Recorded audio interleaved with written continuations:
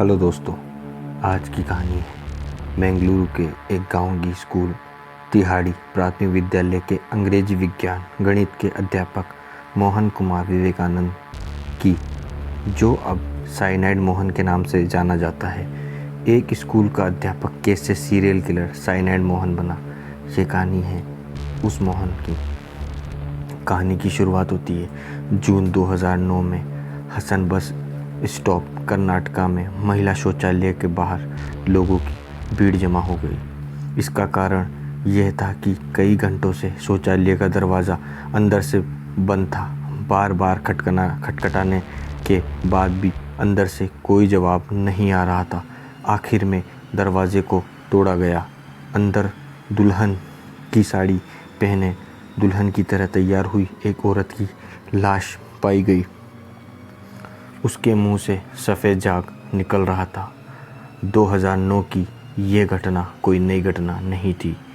2003 से 2009 के बीच कर्नाटका और केरला के मशहूर बस स्टॉपों के टॉयलेट रूम में ऐसी कई अनजान औरतों की लाशें पाई गई थी। 20 लाशों में से 8 अकेले मैसूर शहर के लश्कर मोहल्ले बस स्टॉप से पाई गई है और बाकी की लाशें बेंगलोर कंपेगेड़ा बस स्टेशन से। क्या इन औरतों ने आत्महत्या की थी या इनकी किसी ने हत्या की थी? यही कहानी है उस इंसान की जिसकी वजह से इन औरतों की ऐसी हालत हुई, मोहन कुमार की, साइनाइड मोहन की। 2009 में केरल के बंटवाल ज़िले में जून 2009 को अनीता नाम की 22 वर्षीय लड़की बारीमारा गांव से लापता हो गई थी। गांव में एक अफवाह फैल गई जिसकी वजह से वहां की पुलिस हरकत में आई। वहां अफवाह यह फैली कि अनीता को एक मुस्लिम लड़का भगा ले गया था। इस अफवाह की वजह से गांव में सांप्रदायिक तूफान आ गया। 150 लोगों का एक झुंड बंटावल पहुंचा और पुलिस स्टेशन को घेर लिया और उन्होंने पुलिस को ये धमकी दी कि अगर अनीता को नहीं ढूंढा गया तो पुलिस स्टेशन को आग लगा दी जाएगी।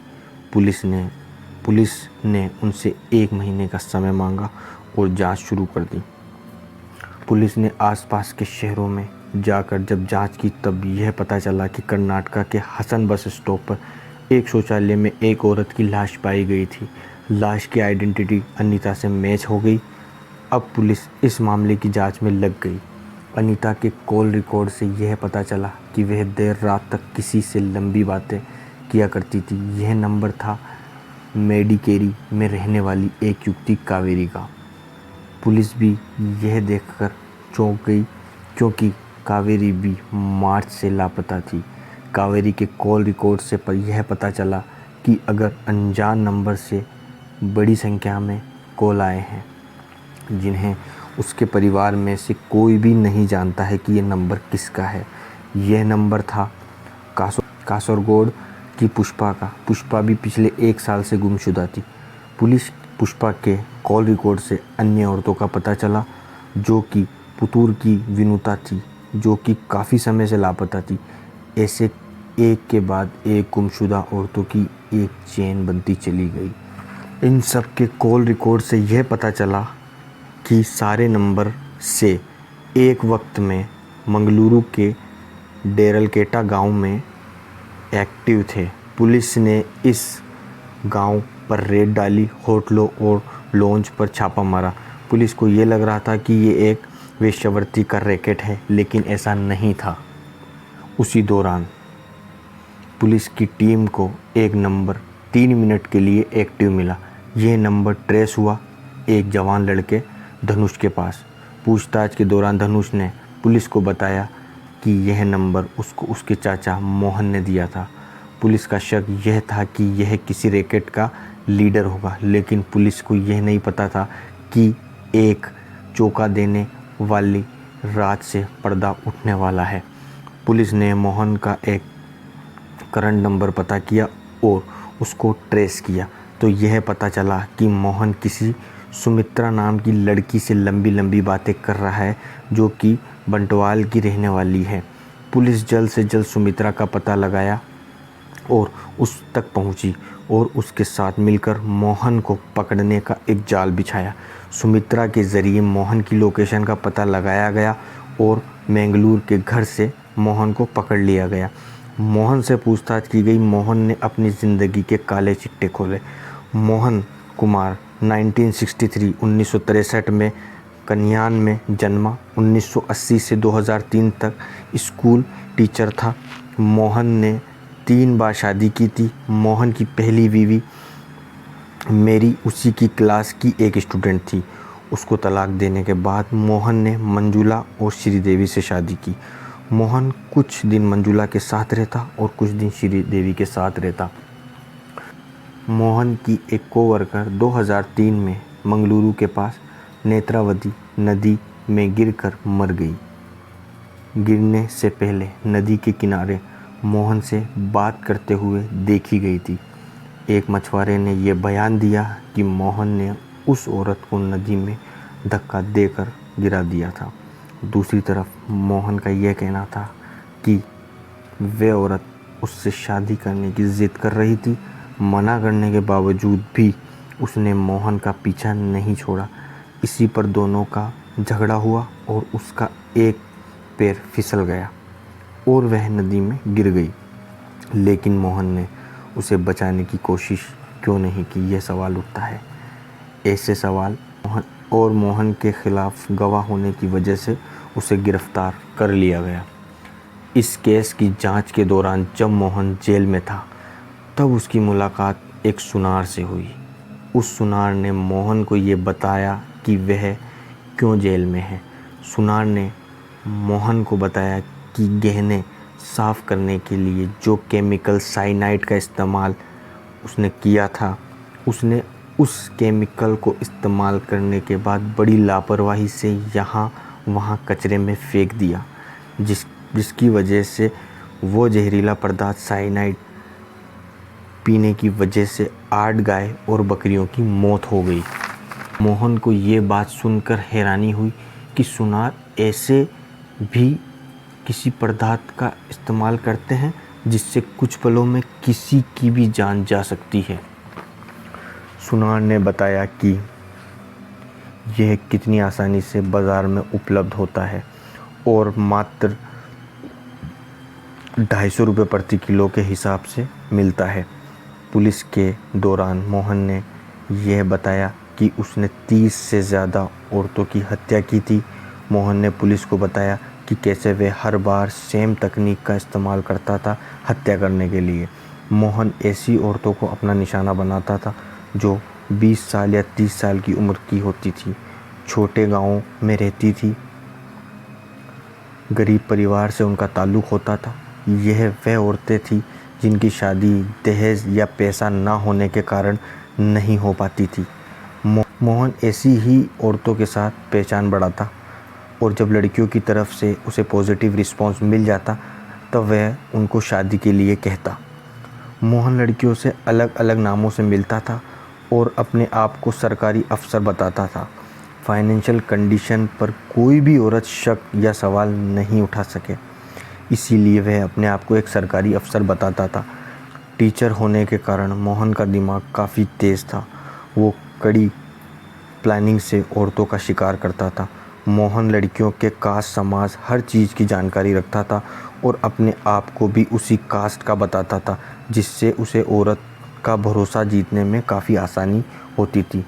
कुछ दिनों तक लड़कियों से बातचीत कर मोहन कहता, चलो हम भागकर शादी कर लेते हैं। मोहन ने उन लड़कियों के दिलों पर इस कदर यकीन बना लेता था कि लड़कियां उसको हाँ कह देती और उसे मना नहीं कर सकती थी, और जो लड़कियां नहीं मानती थी उसको मोहन कहता था कि शादी के बाद तुम्हारे परिवार को मनाना आसान हो जाएगा। यह सोचकर वह औरतें उसकी हाँ में हाँ मिला लेती।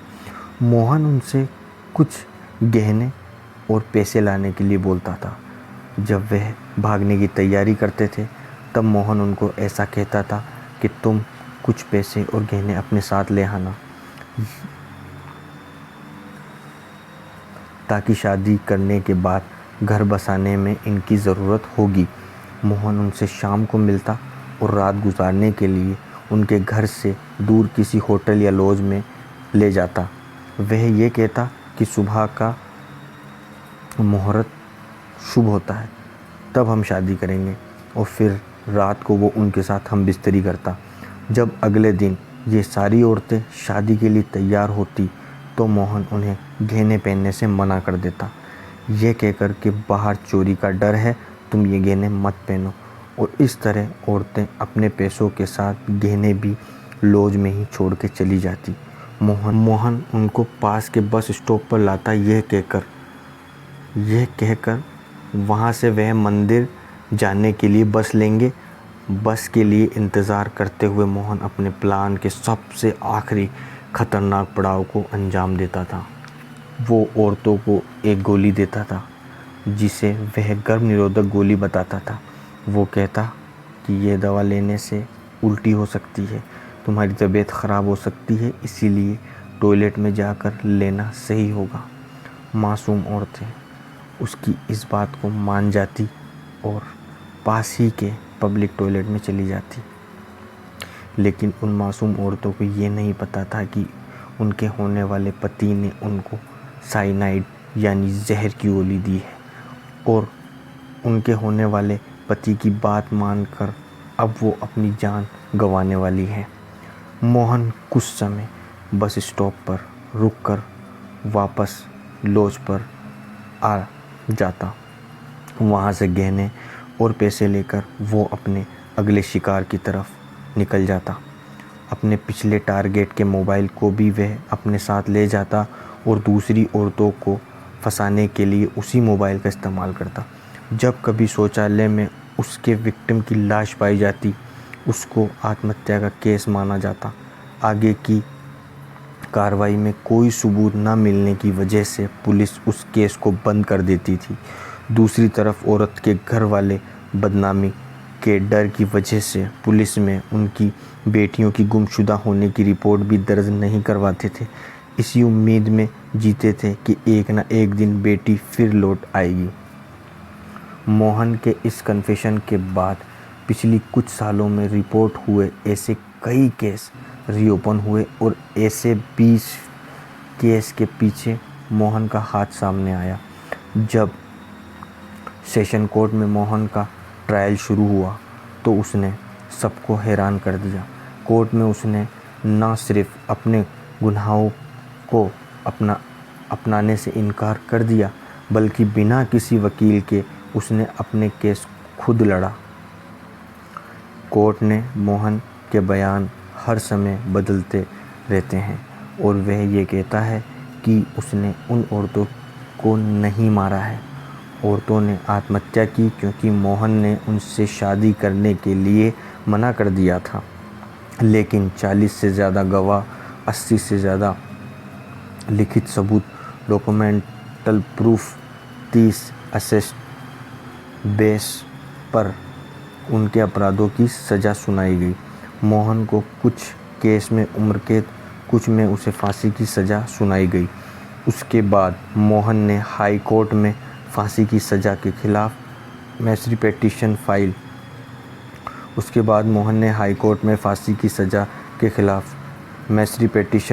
की। 2-3 केस में उसे फांसी की सज़ा से छुटकारा मिल चुका है, बाकी के केस अभी भी चल रहे हैं। आज हिंदलगंज जेल के अंदर मोहन हर दिन लॉ की किताबें पढ़ के अपनी सज़ा को कम करने का उपाय ढूंढता रहता है। मोहन 6 सालों तक 250 रुपये प्रति किलो बिना लाइसेंस के साइनाइड खरीदता रहा और उसने 30 मासूम औरतों को मार डाला। धन्यवाद दोस्तों, ये थी आज की कहानी मोहन साइनाइड की।